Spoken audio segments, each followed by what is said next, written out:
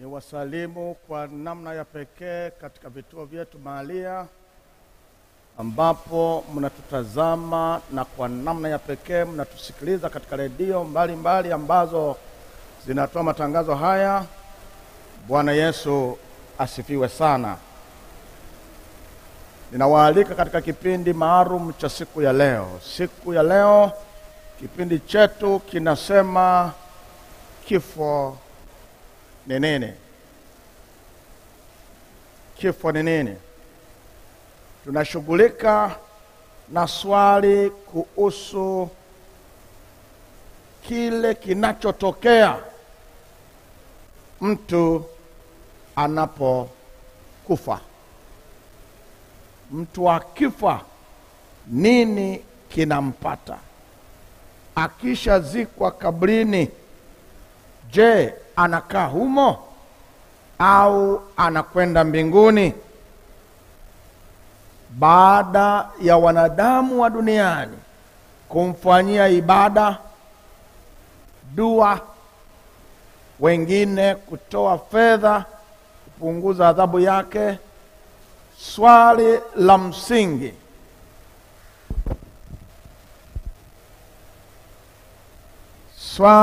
la msingi linakuwa kama anakwenda mbinguni au anakaa kabrini.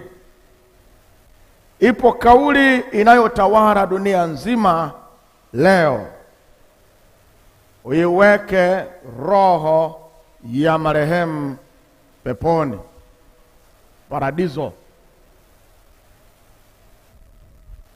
May his soul rest in peace. Hii ni kauli inayotawala dunia yote. Hoja ya msingi ni kama Biblia au maandiko matakatifu yanakubaliana na kauli hii. Does the Bible agree, condone or reject? Haya ndio maswali ambayo tutatembea nayo. Watu wa zamani walioishi zamani walikuwa na maswali kuhusu kifo ambayo hata sisi tunajiuliza, lakini wale Mungu aliwapa majibu ambayo sisi ni kama tunayakataa kwa matendo. Kwa mfano, katika Ayubu 14 na fungu la 10, wale watu watatu walikuwa na swali kwamba lakini mwanadamu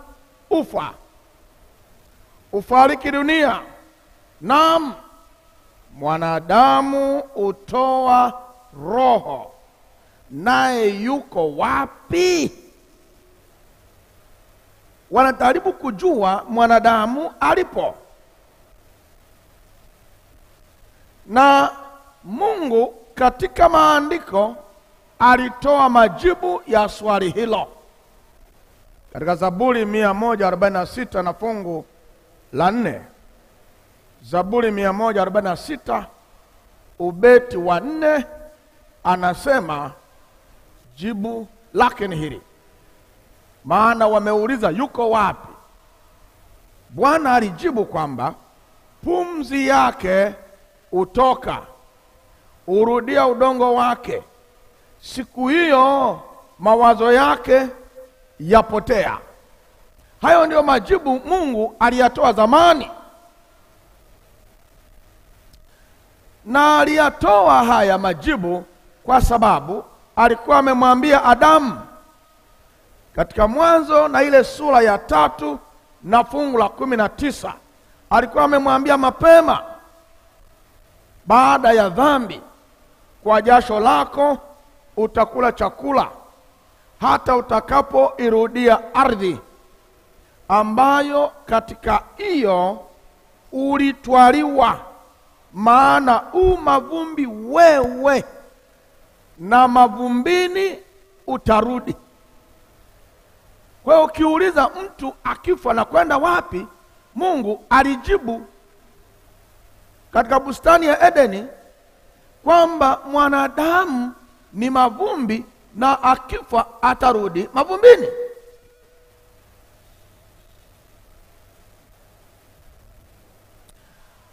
Katika Ayubu 14 na fungu la 14, hawa watu wa zamani waliuliza swali jingine. Mtu akifa, je, atakuwa hai tena? Mimi nimengoja siku zote za vita vyangu, hata kufunguliwa kwangu kunifikie. Je, atakuwa hai akifa? Waliuliza swali jingine katika Mhubiri 3:21. Nani ajuae kama roho ya binadamu huenda juu na kama roho ya mnyama huenda chini? Wanadamu wa siku hizi wanajaribu kuijibu, wanamwambia Mungu, pokea roho ya marehemu. Mungu atatupa majibu ya maswali haya. Katika Ayubu 10:9 anasema, kumbuka na kusihi, ulinifinyanga kama vile udongo, nawe je, utanirudisha mavumbini tena? Kwa hiyo ukiuliza marehemu, mtu amekufa, atarudi wapi, swali hili lilikwisha ulizwa. Kwa kuwa Mungu alilijibu, tutatumia majibu aliyowajibu hawa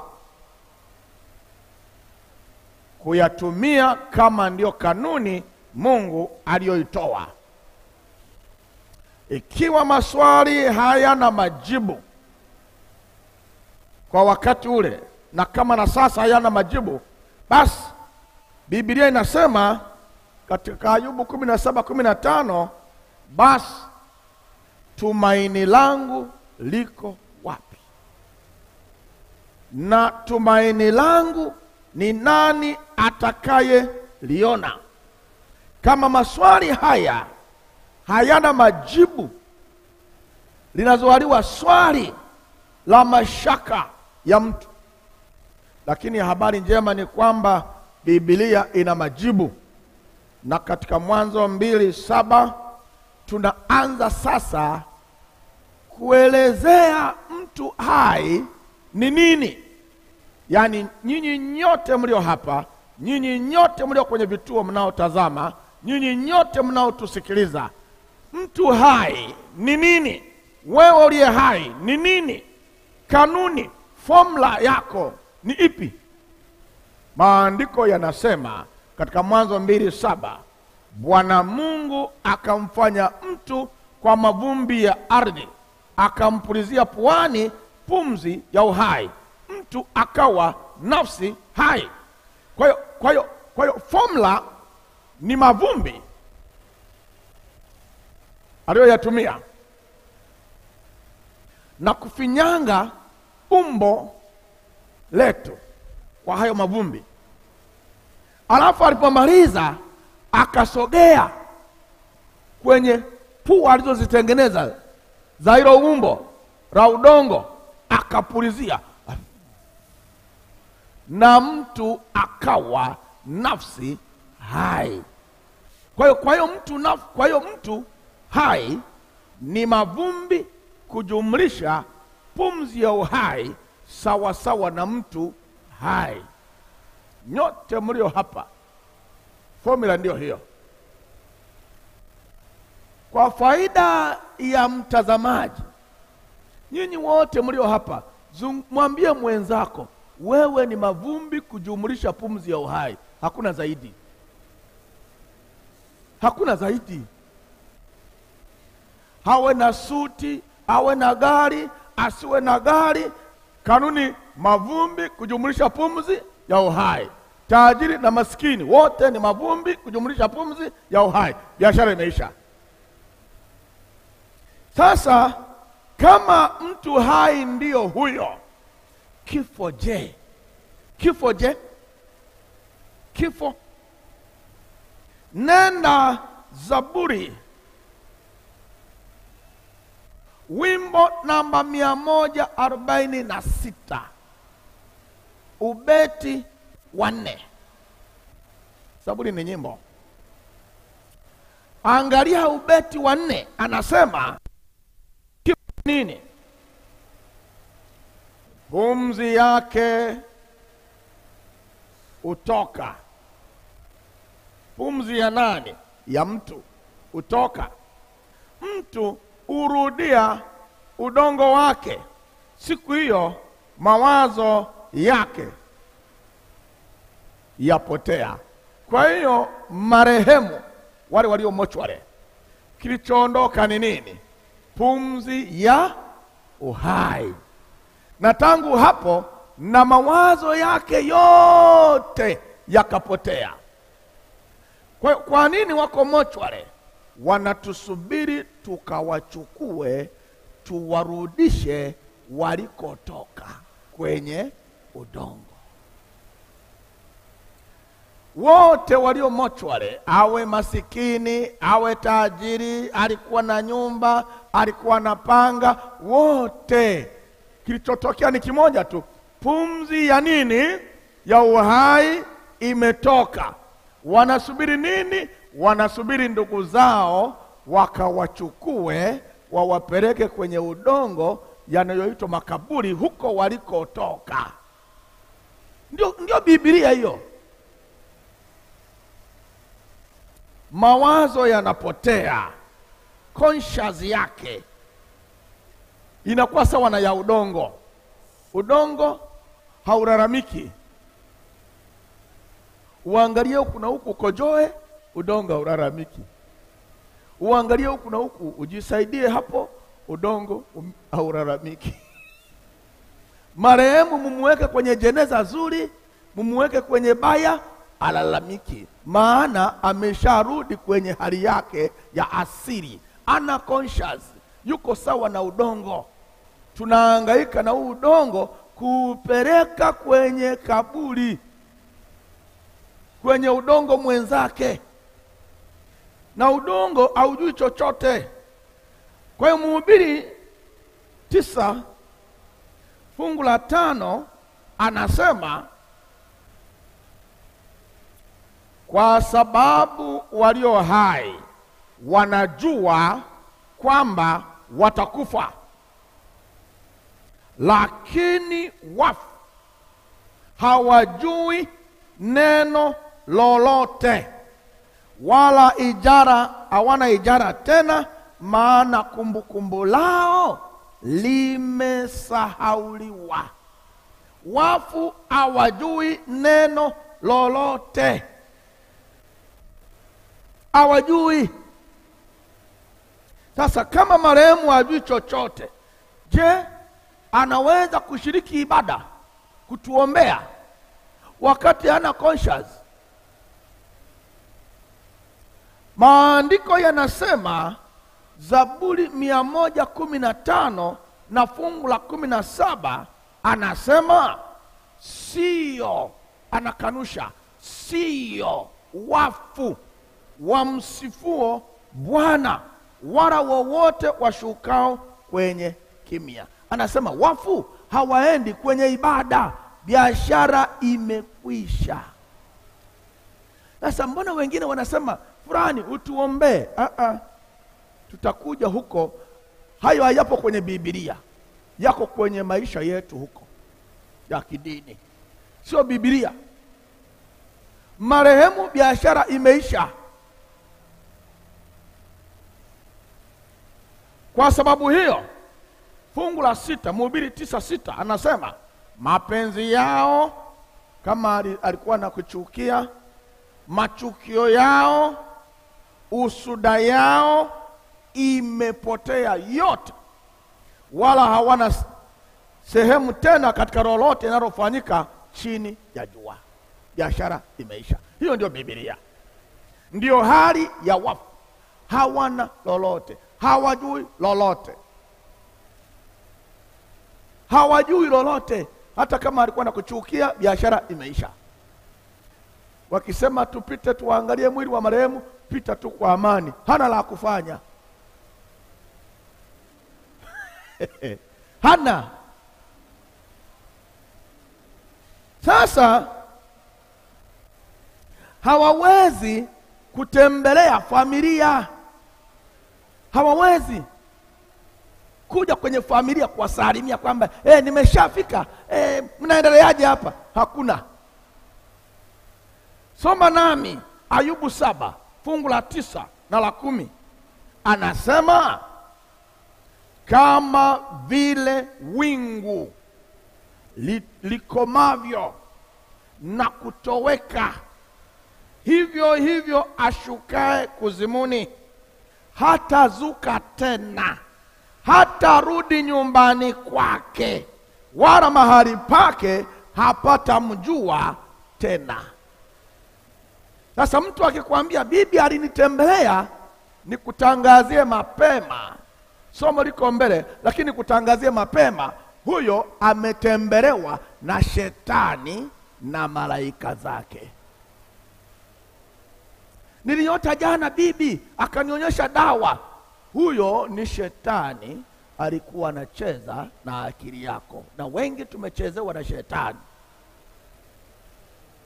Biashara imekoma. Mungu ni mwaminifu kwa hilo. Mwingine ataniuliza, kwa maelezo haya unataka kuniambia kwamba mnyama na mtu wanafanana wakifa? Ndio hoja.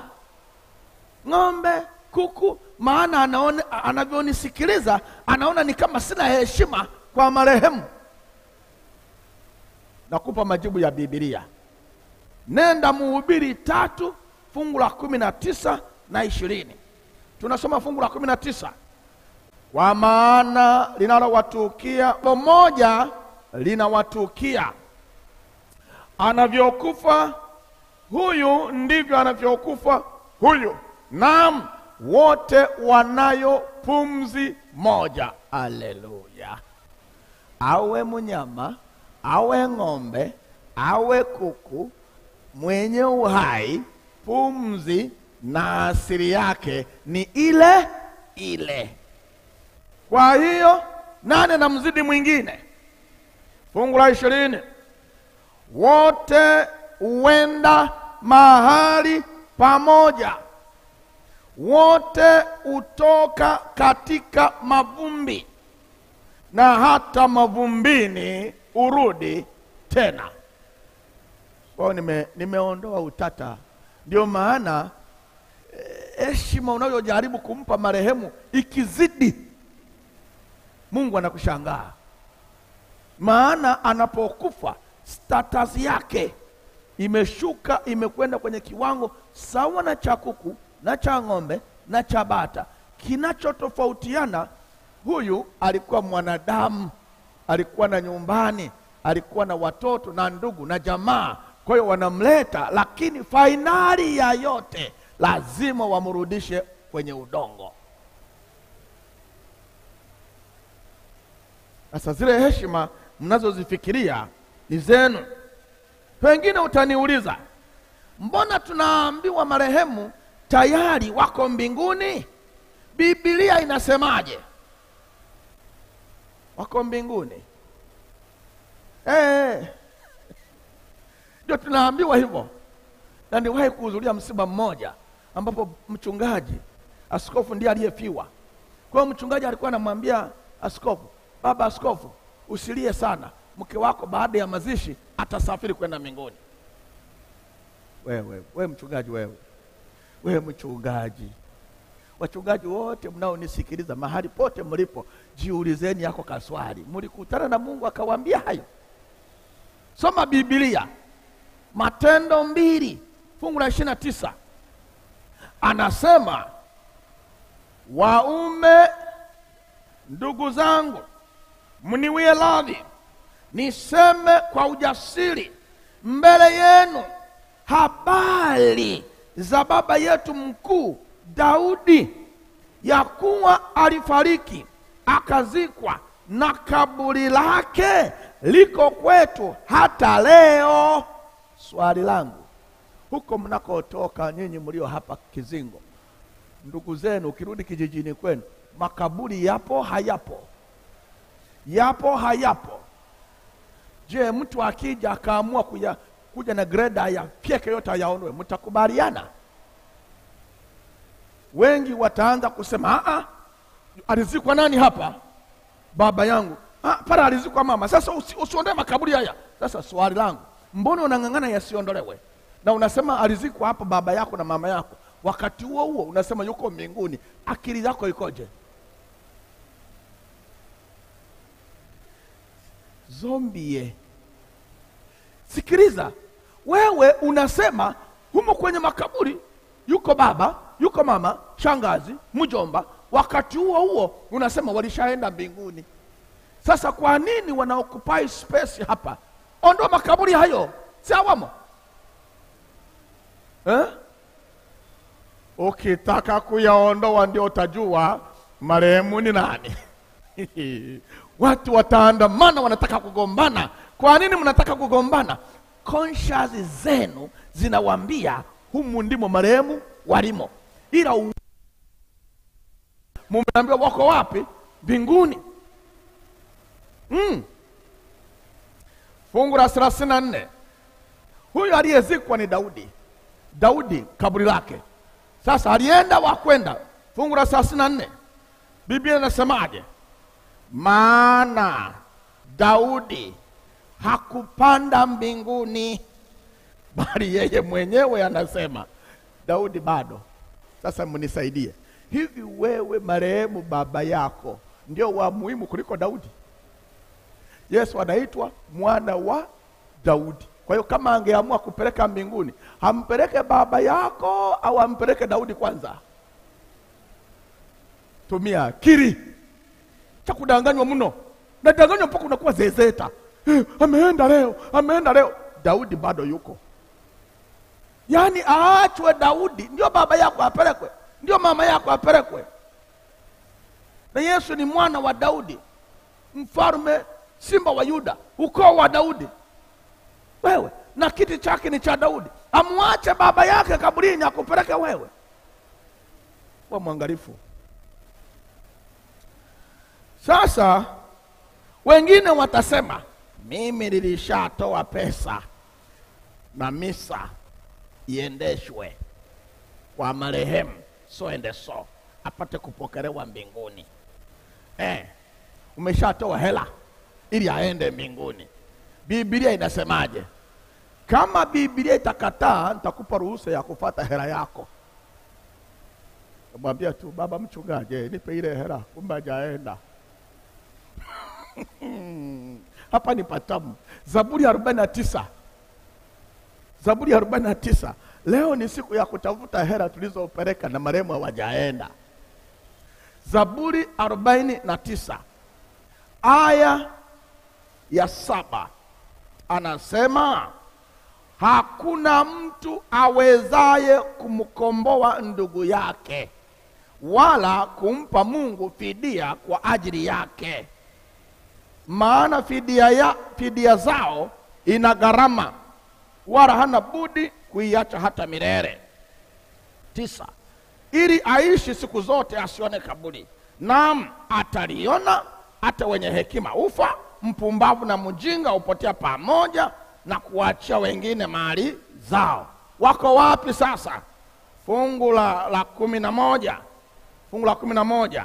Makaburi ni nyumba zao hata milele, maskani zao vizazi hata vizao, wao waliotaja mashamba kwa majina.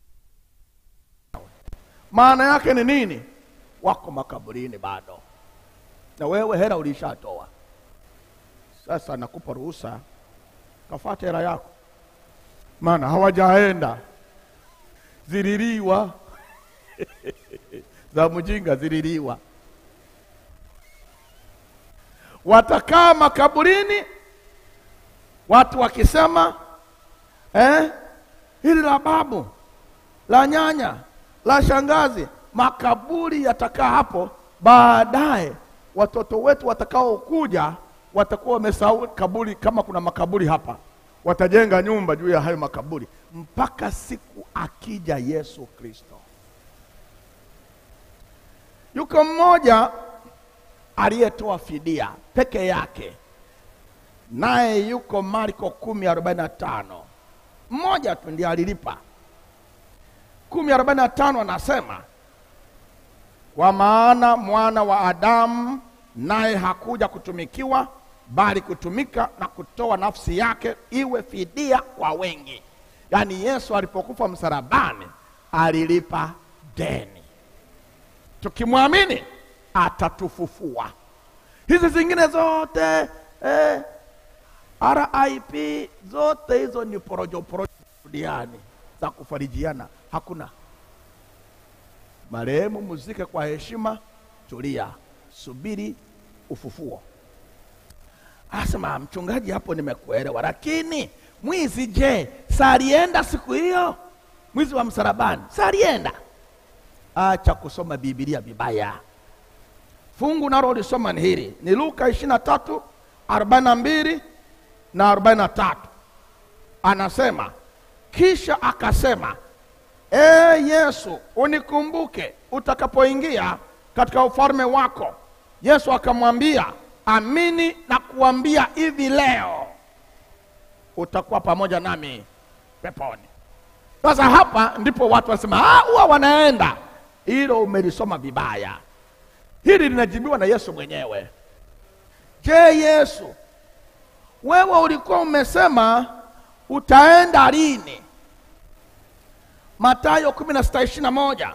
Tangu wakati huo Yesu alianza kuwaonya wanafunzi wake ya kwamba imempasa kwenda Yerusalemu na kupata mateso kwa wazee na makuhani na waandishi na kuuawa na siku ya 3 kufufuka. Sasa kama alienda siku hiyo, huyo mwizi alikuwa na nani sasa? Maana huyu atakaa kaburini siku 3. Kumbe fungu hujalielewa. Unalisoma ili utekeleze utamaduni wako, sio Biblia hiyo. Biblia ina maana tofauti na ile unayotembea nayo. Yesu, ulienda siku hiyo hiyo? Yohana 20:17 analijibu mwenyewe Yesu. Anamwambia Mariamu pale kaburini, anamwambia Yesu akamwambia, usinishike kwa maana sijapaa kwenda kwa Baba. Sasa mwizi, maana Yesu ndiye mwenyeji wake, na wewe unasema ameenda siku hiyo hiyo. Umesoma vibaya. Yesu alimpa ahadi kwamba wewe utakuwa nami nitakapowafufua, nitakapokuwa na wewe utakuwepo. Hiyo ndio ahadi aliyotoa.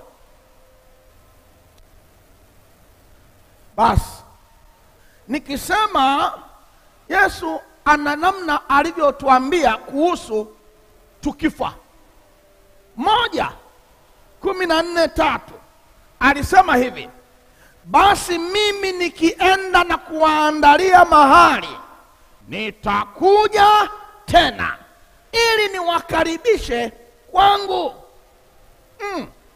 ili mimi nilipo nanyi muwepo. Sasa tujibu swali, maana ndivyo alivyosema, amekwisha kuja? Jibu, hapana. Sasa hawa wameenda, nani anawakaribisha? Nani anawapokea? Maana mwenyeji wao ni Yesu, naye hajaja. Acha kutumia akili ndogo, tumia akili kubwa. Jumapili hii kamuuliza mchungaji wako, bana, nimeanza kuelewa mambo ya kifo.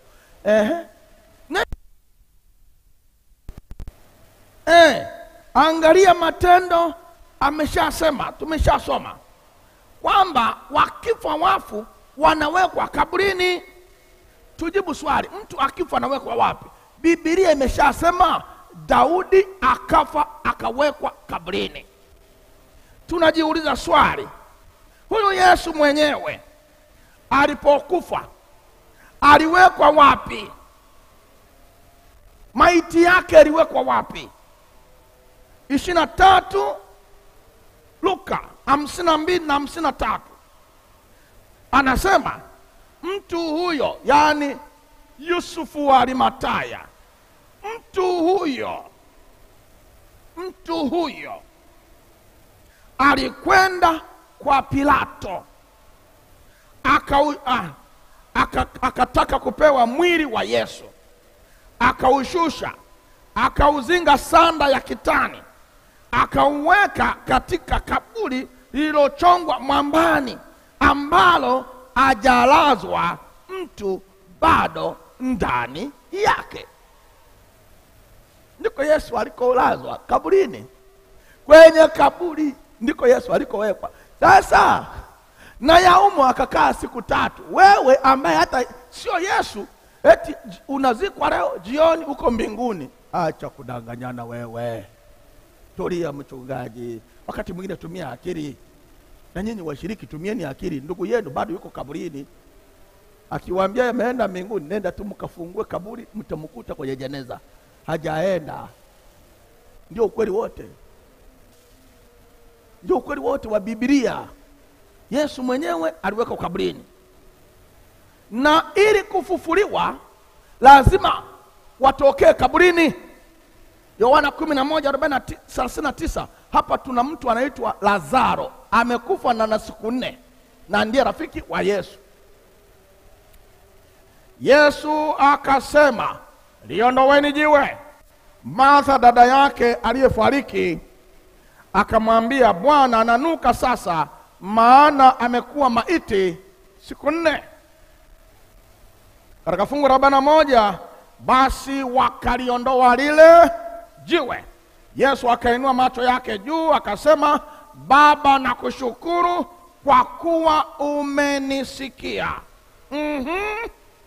Umenisikia. Nami nalijua ya kuwa wanisikia siku zote, lakini kwa ajili ya mkutano huu waliohudhuria nalisema, ili wapate kusadiki kwamba ndiwe uliyenituma.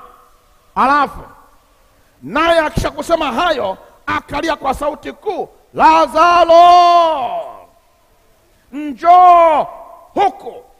Akatoka nje yule aliyekufa, amefungwa sanda miguuni na mikono, na uso wake umefungwa leso. Naye akamwambia, mfungueni, mumuache aende zake. Akumuita kutoka mbinguni. Maana kama wanaenda, alitakiwa mwambie, Baba, mtume Lazaro arudi. Alimfufua kutoka kaburini, na ndio maana ya neno ufufuo. Sasa na Yesu je, alifufuka kutokea wapi? Mathayo 28:2. Na tazama, palikuwa na tetemeko kubwa la nchi, kwa sababu malaika wa Bwana alishuka kutoka mbinguni, akaja akalivingisha jiwe, akalikalia. Hata walipotazama, waliona ya kuwa lile jiwe limekwisha kuviningishwa, nalo ni kubwa mno. Wakaingia kaburini, wakaona kijana ameketi upande wa kuume, amevaa vazi jeupe. Wakastaajabu. Naye akawaambia, msistaajabu, mnamtafuta Yesu Mnazareti aliyesulubiwa. Amefufuka, hayuko hapa. Tazameni mahali walipomweka. Yesu alitokea kaburini. Sasa wewe marehemu wako unataka atokee wapi? Yesu alitokea kaburini. Tumia akili kidogo tu. Wafu wakifa wanazikwa kaburini, na huko ndiko watakakofufuliwa. Na ili Yesu aende mbinguni, alifufuliwa kutokea kaburini. Alifufuka kutoka kaburini. Wakwako unataka atokee wapi? Yani umedanganyuka mpaka unajisahau. Sikiliza, Yesu anasemaje kuhusu ufufuo wa wafu? Angalia, anasema watatokea wapi? Mathayo 5:28 na 29. Anasema, msistajabie maneno hayo, kwa maana saa yaja ambayo watu wote waliomo makaburini wataisikia sauti yake, nao watatoka, wale waliofanya mema kwa ufufuo wa uzima, waliotenda mabaya kwa ufufuo wa hukumu. Wanatokea makaburini. ndiko ufufuo utakakofanyika, na ndilo andiko. Yesu anasema ni sasa hivi ndipo wanafufuka, wanakwenda kimya kimya. Ni lini? Haya nani maswali ya kujibu. Msisitizo wa Yesu, atawafufua lini? Ni sasa hivi tukiwazika au ni lini? Angalia Yohana 6:39.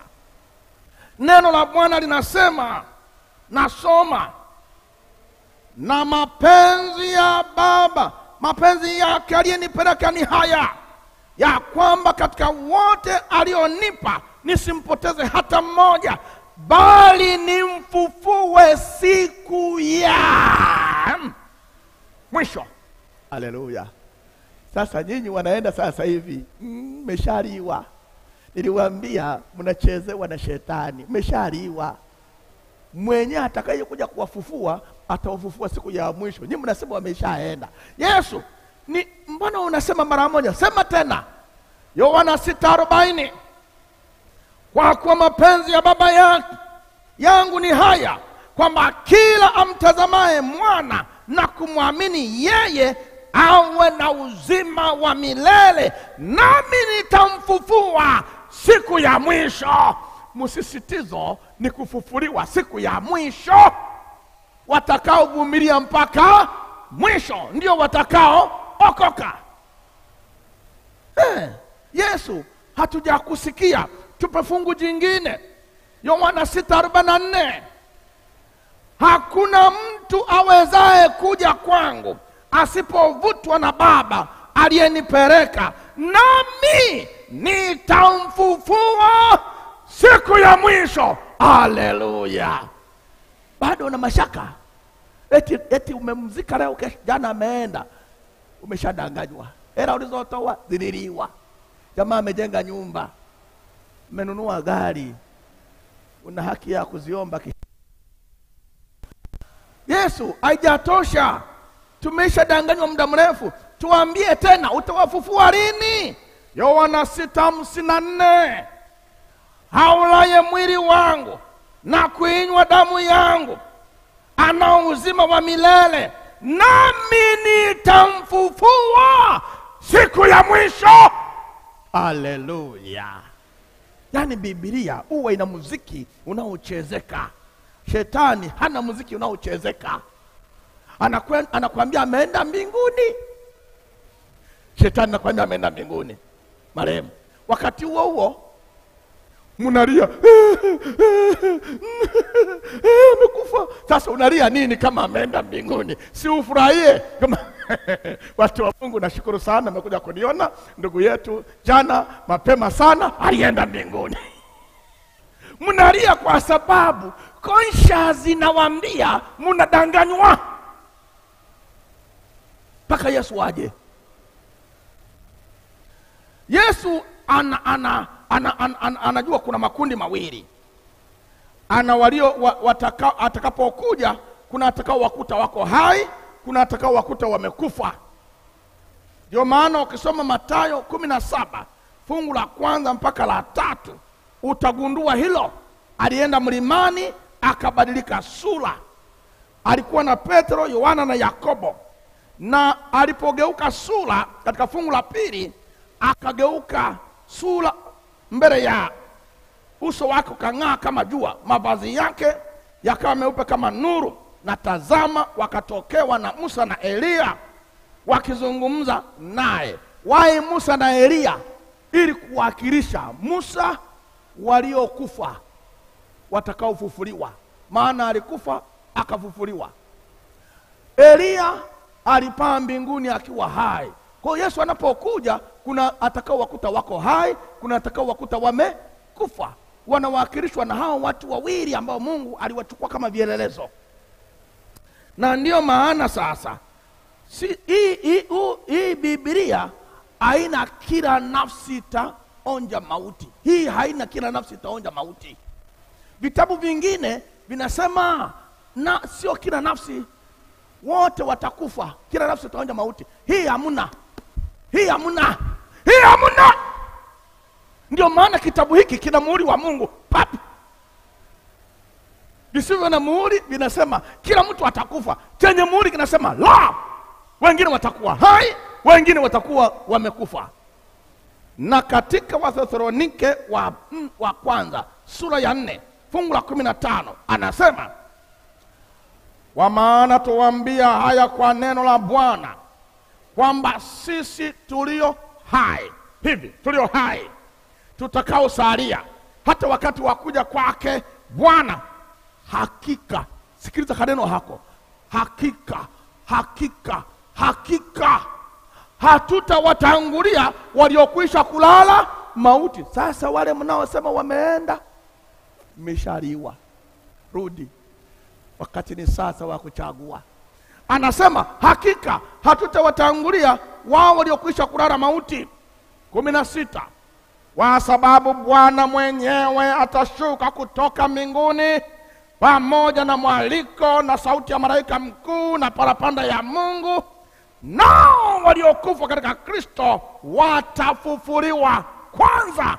Kisha sisi tulio hai, tuliosalia, tutanyakuliwa pamoja nao. Tutanyakuliwa pamoja nao. Waliokuwa wamekufa, walio hai, ngoma draw, ngoma draw. Wote waliokuwa wamekufa, walio hai, tunanyakuliwa, tunakwenda kumlaki Bwana hewani kwa pamoja. Hao waliotangulia, mliowatanguliza, anamaliza kwa kusema, basi farijianeni kwa maneno hayo, msiwaambie mengine. Sasa wale waliokuwa wamekufa ambao mliwapeleka mbinguni, ninaomba nimalize kwa kuwajulisha wale mliowapeleka mbinguni sasa, lakini walikuwa ni waovu. Anasema, nasoma Ufunuo 20:12, nikaona wafu wakubwa kwa wadogo wamesimama mbele ya kiti hicho cha enzi. Vitabu vikafunguliwa, kitabu kingine kikafunguliwa ambacho ni cha uzima, na hao wafu wakahukumiwa katika mambo yaliyoandikwa katika vile vitabu sawa sawa na matendo yao. Bahari ikawatoa wafu. Mwenyezi mlisema walienda. Sasa wanatoka makaburini, sasa ndio saa ya kutoka. Ufufuo namba 2 ni wa waovu. Wale mliowapeleka, uiweke roho ya marehemu peponi, tumemwekea sijui Sara na. Sasa ndio wanatoka. Bahari ikawatoa wafu waliokuwa ndani yake. Mauti na kuzimu zikawatoa wafu waliokuwa ndani yake. Wakahukumiwa kila mtu kwa kadiri ya matendo yake. Unapata nini sasa? Wewe ulisema alienda. Sasa ile saa yenyewe sasa, watakatifu wameshaenda sasa mbinguni rasmi kwa utaratibu, ndipo Mungu anawageukia wale mliokuwa mmewapeleka. Wanatoka kwenye makaburi, walioliwa na samaki, walioliwa na wanyama, waliokuwa sijui meli imezama, ndege ilianguka. Mungu anawatoa wote. Ndio anasema mauti na kuzimu zikawatoa, kwa sababu watu wanakufa kwa njia mbali mbali. Alafu sasa ndipo wanakwenda kwenye hukumu, na nyinyi mlikuwa mmeshawapeleka. Iweke roho ya marehemu peponi. Kama una akili timamu na umenielewa na umeielewa Biblia, badilika leo. Fanya maamuzi yako leo. Bwana akusaidia, akutie moyo, akuongezee ujuzi na ufahamu wa kujitawala kwenye maamuzi bila kudanganywa. Tafadhali usidanganywe tena. Usidanganywe tena. Ndio maana ukifika nyumbani utayaona makaburi, na ukiamua kufukua utakuta mifupa. Usidanganywe tena. Tunaoendesha magari huwa tunaendesha mafuta, na mafuta ni mabaki ya marehemu walio makaburini wakati wa gharika na waliofukiwa miti na kadhalika. Ndio tunaendesha mafuta hayo, makaa ya mawe. Sasa kama walienda mbinguni, magari tutayaendeshea nini? Mungu akusaidia, akutie moyo wa kujitambua katika jina la Yesu. Bwana akubariki.